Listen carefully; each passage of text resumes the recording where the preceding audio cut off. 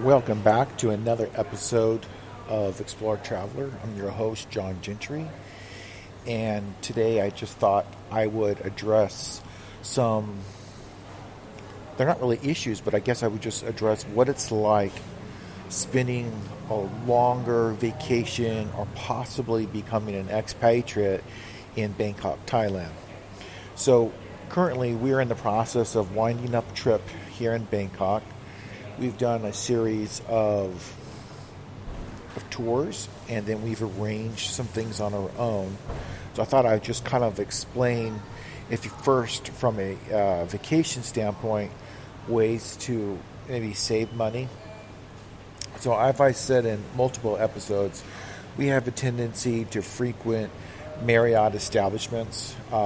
We've been staying with Marriott for almost 30 years now. That doesn't mean we only do it, but we have a tendency to lean in that direction due to the status and possible free upgrades that we get internationally and around the world. So with that being said, most hotels, and that includes the Marriott, Hilton, a lot of the other chains, and even some of the Asian chains, they do a really good job with what we call the concierge, right? So there's two things that you could do if you wanted to go see some stuff, some touring. A lot of the hotels will have a tour company listed seated right there, maybe somewhere in the lobby or on another floor. And they can arrange pre-set up tours that comes with a tour guide and possibly a van, etc. Now you're going to pay a premium because they're taking care of everything for you. You're not going to have to buy any tickets. Your tour guide's going to take care of everything for you, and you're paying for his services and, of course, the transportation. However, what will cost you 7,000 baht in a tour guide, right? This is before you buy anything at your destination.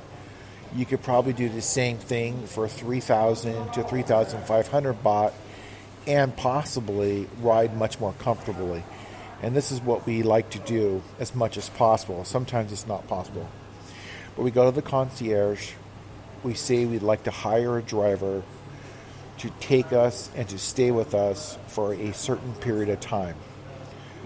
Normally it's like 5 hours, but sometimes it can be set trip. For example, we wanted to go see some ancient sites. They were about an hour and a half outside of town. The driver took us there, took us back. The fee was 2,000 baht for the driver, plus we paid for entry tickets to different locations while we were there. And so it leaves you room to buy souvenirs. It leaves you room to be able to give tips to the drivers that you like, because you're going to use them for maybe 1 or 2 weeks. And that is I would say that's a 50% minimum savings over the tour company. Now, if you're just arriving somewhere and you want to get something set up quickly, the tour company is a way to go. You're going to pay for all the additional service, but the quality of what you get, I don't know, right? You don't have any control over the vehicle, whereas if you're paying a driver in a vehicle, you're going to select the type of vehicle that you get ahead of time. And by doing that, you ensure that you're getting a certain level of, let's say, air conditioning, quality of a vehicle. The drivers that are set up by the concierge of the different hotels around Bangkok, the higher end hotels, these guys are pretty good, right? They're usually have good reputations, and they drive nice, larger SUVs, not huge, but SUVs, and some of them, they could be electric or non-electric. You can choose a lot of that stuff. You can be very specific when you're dealing with the concierge.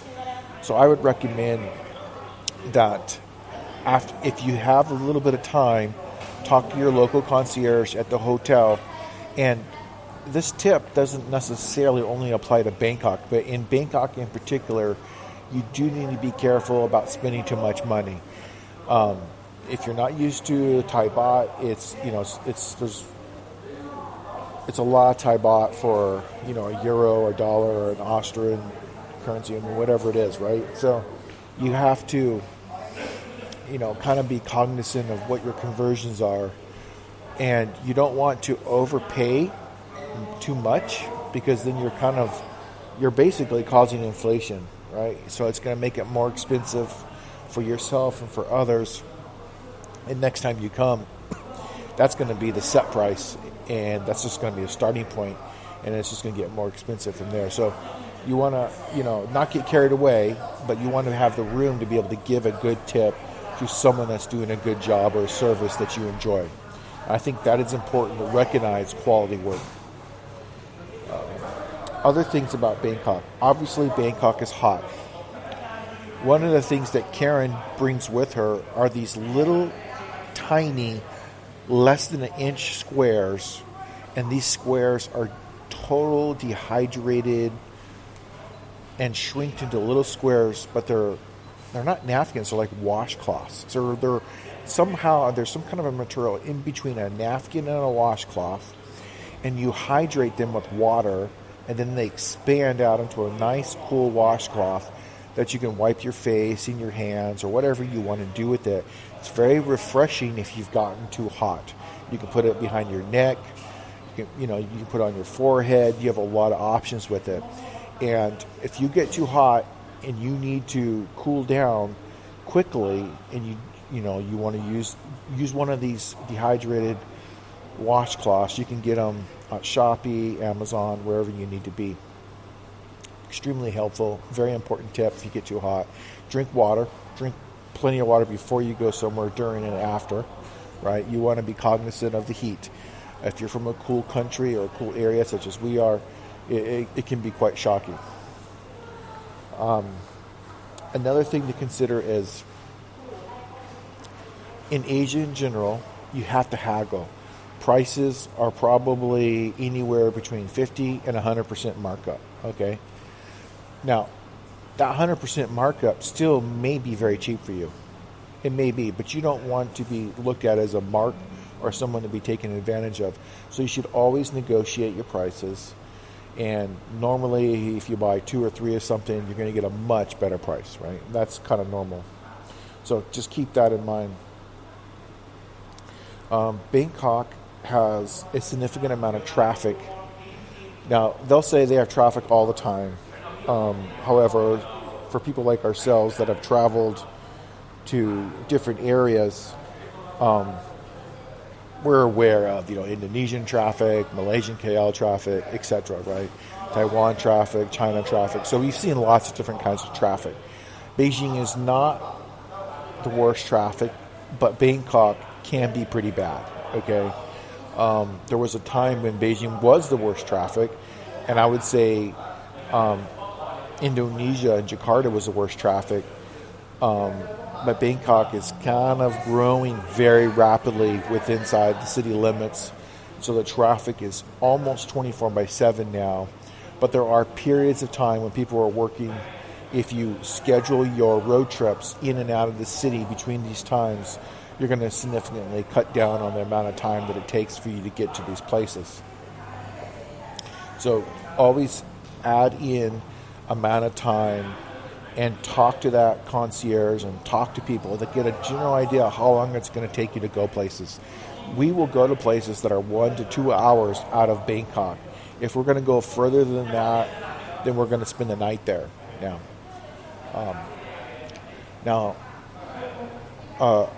Hotels in Bangkok can be equally as expensive as in other countries. So you have to shop around. It depends on the holidays. It depends on the availability at a certain hotel. So you want to shop around.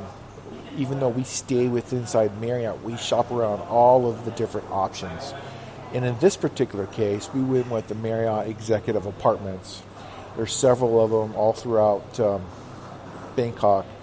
And we got a pretty good price. I mean, for about $3,000 US a month, which may sound like a lot of money to people, but in the United States, $3,000 is not much money anymore, not for an apartment. But you can get a full-service apartment with housekeeping and everything at a Marriott for probably $3,000 if you plan yourself well, right? And that's just for a month. Now, it's more expensive when you do 1 week or 2 weeks, but it's just something to consider. These apartments normally come with a room, a living room, or a combination of a room/living room. They're bigger suites. They have a small kitchen. They might have a washer or dryer. And like in our case, having a washer and dryer and not having to deal with sending the clothes out and coming back at 3 p.m. and we know we want to go somewhere at 8 a.m. so we can wash some clothes and be ready for the next day. You just can't take a ton of luggage these days if you want to be flexible when you're traveling. It's not practical at all. It's a good way to have a disaster and to lose luggage, to be honest. So I highly recommend you not checking anything unless it's well planned out and like you're on your way back and you got too many souvenirs and you got to stuff the suitcase so it's going to be over a weight limit and there's no way you can take it on the airplane, then fine, check it, right? But just always assume that there's a potential risk there, okay? So that's kind of a general synopsis of staying in Bangkok. I could say that they seem to have cleaned up the city since the last time we were here about 10 years ago. I don't see very few beggars on the streets. You might see some people, selling stuff, but it's not really begging because they're selling stuff. Maybe it's something you don't want, or maybe they're overly aggressive, but for the most part, they're pretty friendly about it. Obviously, street food's a big thing here in Bangkok, just like it is in Malaysia and other places. And you just have to be careful of traffic, right? If you're not used to, Asian traffic, be very, very careful, right? It's different in going in traffic in Bangkok versus going in traffic in Ho Chi Minh City, Vietnam. If you're in Vietnam, traffic's not going to stop. So you almost have to take a leap of faith and you walk out into traffic and it just flows around you. It's a little weird. Whereas in Bangkok, it does stop. They'll actually stop, but you have to be somewhat cognizant and a little aggressive to get someone to stop, or they're just going to keep going because they're trying to get to their destinations. So this was a little short update on considering coming over to Bangkok, Thailand. I hope this was helpful to you. Make sure to head on over to our website at Exploretraveler.com, where we have numerous articles and links to our different media. And also, we have a very active YouTube channel with videos from this particular Thailand trip, some of the tourist activities we've done, historical locations, and we'll continue to add information as we go. So until next time, travel on, everyone.